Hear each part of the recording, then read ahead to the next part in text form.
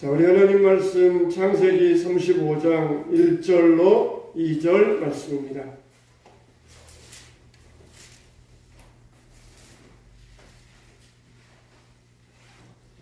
자, 하나님 말씀 창세기 35장 1절로 2절 말씀입니다. 자, 다같이 시작. 하나님이 야곱에게 이르시되 일어나 베델로 올라가서 거기 거주하며 내가 내 형 에서의 낯을 피하여 도망하던 때에 내게 나타났던 하나님께 거기서 제단을 쌓으라 하신지라. 야곱이 이에 자기 집안 사람과 자기와 함께한 모든 자에게 이르되 너희 중에 있는 이방 신상들을 버리고 자신을 정결하게 하고 너희들의 의복을 바꾸어 입으라. 아멘. 하나님께서 야곱에게 세겜에서 아주 곤란한 지경을 당한 야곱에게 베델에 올라가서 단을 쌓아라, 그런 명령을 하셨습니다. 이것은 가장 기본적인 우리의 문제입니다. 기본적인 자세예요. 하나님께서 우리에게 엄청난 것을 요구하시는 것이 아니라 가장 기본적인 것, 예배의 삶, 베델에 가서 단을 쌓아라, 너희의 무너진 예배의 제단을 쌓으라. 우리에게 가장 기본적인 것을 원하신다는 것을 우리가 여기에서 살펴보았습니다. 하나님이 우리에게 원하시는 것은 엄청난 것이 아니에요. 지구 끝에 가서 뭐 해라, 너에게 뭘 하고 뭘 어떻게 해라, 그게 아니라 우리에게 가장 기본적인 것, 우리가 마땅히 해야 될 걸, 그걸 주님은 우리에게 지금도 원하고 계신다는 것이에요. 이렇게 야곱은 베델에 가서 단을 쌓아라. 이미 야복강가에서 하나님의 놀라운 은혜를 체험했지 않습니까? 그러니까 이렇게 야곱이 이것을 이 베델에 가서 단을 쌓아라, 이거는 전혀 야곱에게 또 새로운 것이 아니에요. 그런데 야곱에게 이런 말씀을 하신 이유가 뭡니까? 첫째로 보면은 하나님은 우리에게 어떤 단순한 행동이나 단순한 의식을 원하시는 것이 아니라 우리의 본질을 원하신다는 것이에요. 우리의 본질을 원하신다는 것입니다. 우리가 아는 것처럼 이스라엘 백성들이 바벨론의 포로로 끌려갔습니다. 70년 동안 포로 생활을 했어요. 그런데 70년 동안 포로 생활하다가 본국으로 돌아왔을 때 이스라엘 백성들에게는 뼈를 깎는 자성의 시간이 있었어요. 뼈를 깎는 자성의 시간. 우리나라가 아브라함의 후손이고 하나님께서 택함 받은 선민인데 왜 저 바벨론 이방 나라에 끌려가가지고 무려 70년 동안이나 총살이 했어야 되느냐, 그러면서 뼈를 깎는 자성이 있었어요. 그때 이들에게는 결론이 두 가지입니다. 하나는 안식일 성수, 또 하나는 11조, 시간과 물질의 문제, 이 두 가지, 이게 이들의 결론이었어요. 그렇다, 우리가 그동안 애굽에서 나와서 가나안 땅에서 편히 살아가면서 하나님의 안식일을 거룩하게 지키지 못하고 우리 마음껏 살았다. 그러면서 우리가 이제는 앞으로 철저하게 안식일을 준수하자. 그래서 그때부터 각 지역마다 회당이 생겨나요. 회당이 생겨나요.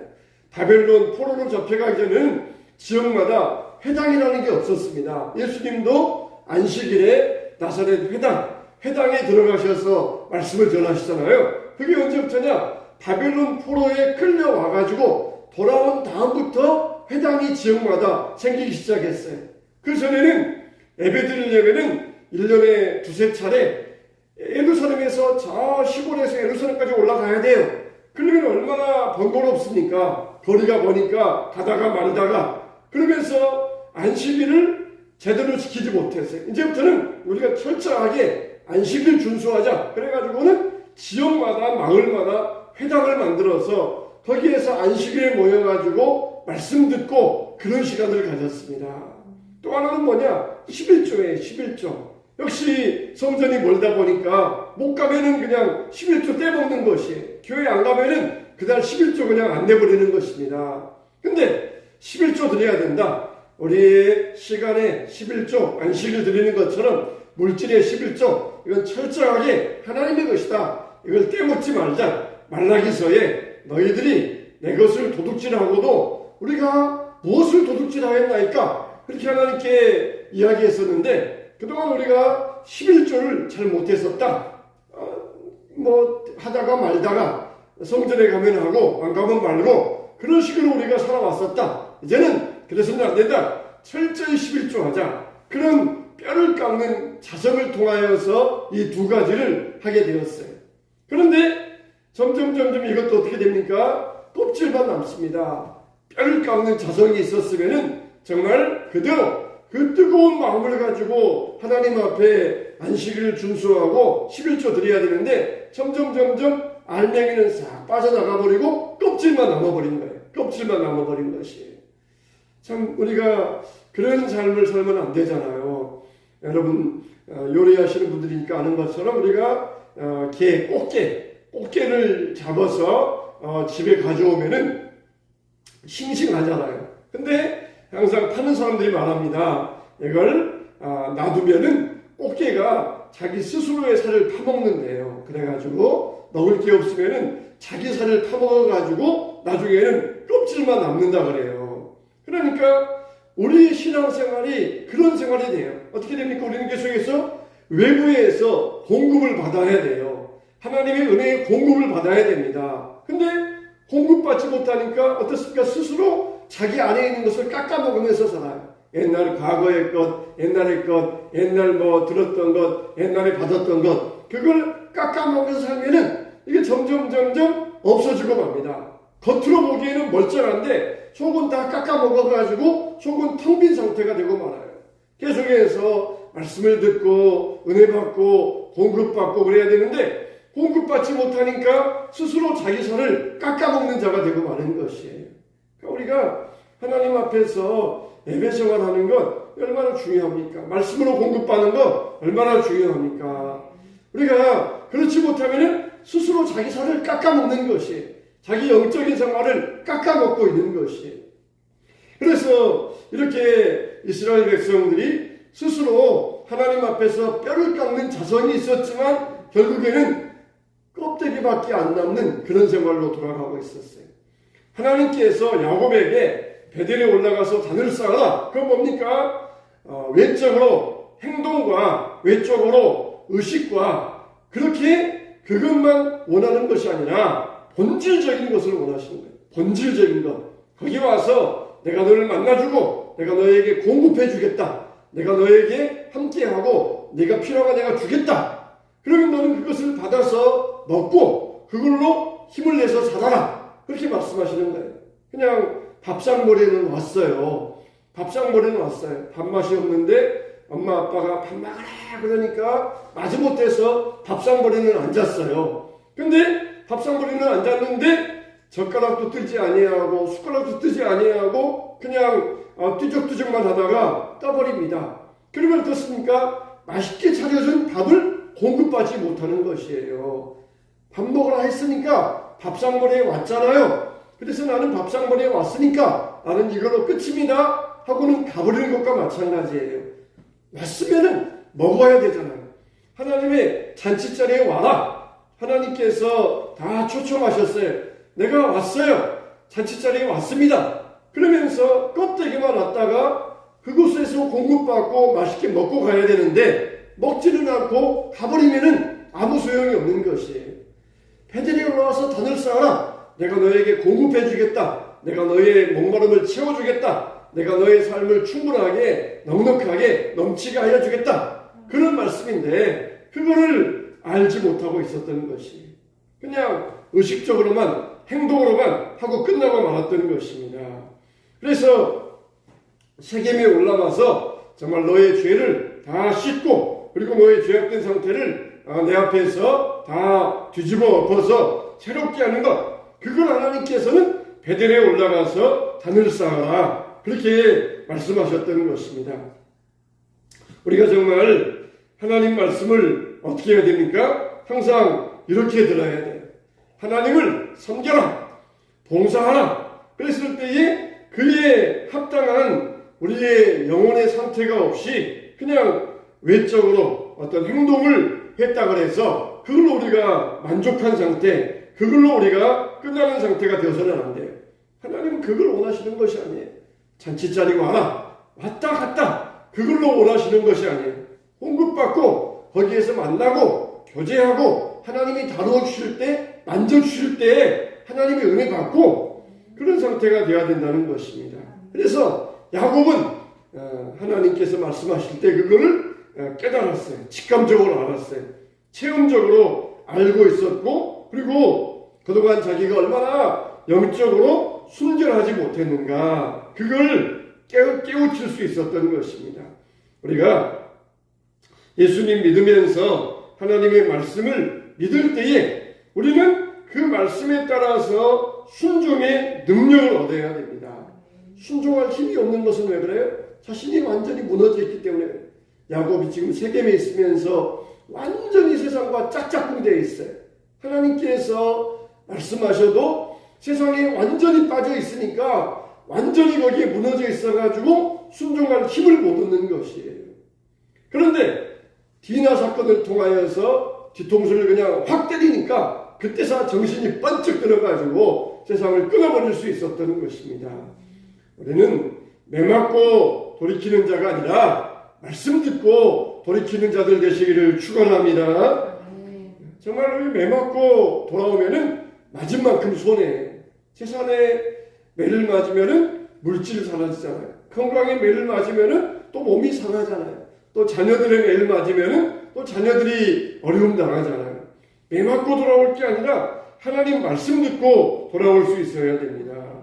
정말 이렇게 하나님께서 우리에게 원하시는 것은 행동, 어떤 의식, 그것만 가지고 나오라. 그게 아니라 우리의 본질, 하나님 앞에 왔으면은 공급받고 그러면서 하나님의 은혜 받는 자로서 서기를 원하고 계시는 것이에요. 우리가 정말 어떻게 살아가고 있습니까? 우리의 삶은 어떻게 되어져 가고 있습니까? 정말 야곱과 그의 가정은 하나님이 뭘 원하시는가 그걸 모르는 사람들이 아니었어요. 그런데 알고 있으면서도 세상과 짝하여 있으니까 아는 게 죽은 지식에 불과했던 것입니다. 그래서 우리는 먼저 세상과 우리와를 분리시킬 수 있어야 돼요. 두 번째로 모든 이 영적인 각성은 말씀으로부터 시작돼야 된다. 바로 이거예요. 하나님께서 야곱에게 베델로 올라가 그렇게 말씀하시잖아요. 여러분, 각성이라는 게 뭡니까? 각성이라는 게 우리 눈이 뜨여지고 새로운 것을 접했을 때 각성되었다 그러잖아요. 그래서 어떨 때는 환각제 이런 걸 맞고는 막 각성되었다 이렇게 이야기를 합니다. 근데 우리가 각성되었다 할 때 이 뜻은 뭐냐면 정말 중요한 것을 중요하게 여기는 것, 그게 바로 각성되었다는 것이에요. 중요한 것을 하찮게 여기면은 이거는 각성되지 않았어요. 중요한 것을 정말 중요하게 여길 때 그게 바로 각성된 거예요. 하나님의 말씀을 듣고 정말 예배가 중요하구나 그러면서 각성되는 것, 중요한 것을 중요하게 여기는 것, 그게 바로 각성되는 것이에요. 만일 멀쩡했던 사람이 마약을 맞았어요. 마약을 맞았더니 기분이 너무너무 좋은 거예요. 마약 맞은 사람들 이야기 들어보면 마치 구름 위에 날아가는 것 같아요. 구름 위에.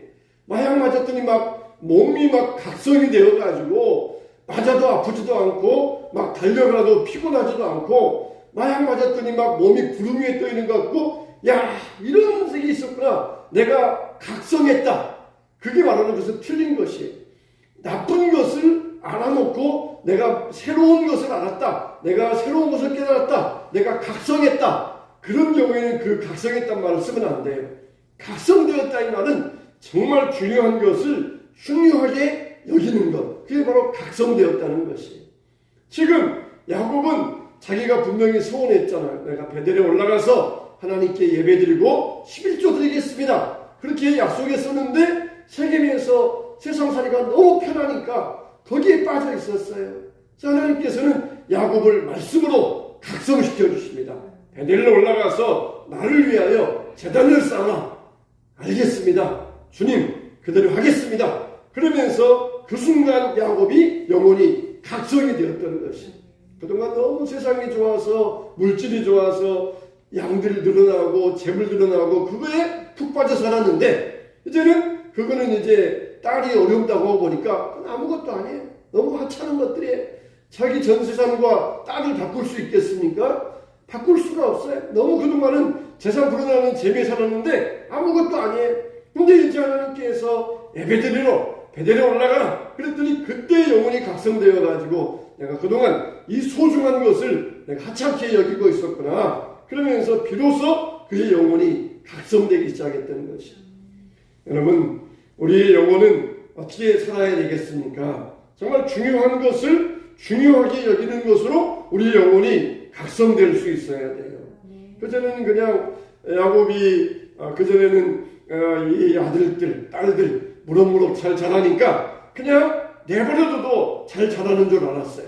근데 이 디나 사건을 통하여서 그것이 아니구나. 하나님께서 보호해 주지 아니하시면은 내가 아무리 이 아이들에게 좋은 옷 입혀주고 좋은 거 먹여주고 용돈 준다 그래서 소용이 없구나. 비로소 야곱이 각성할 수 있었던 것이에요.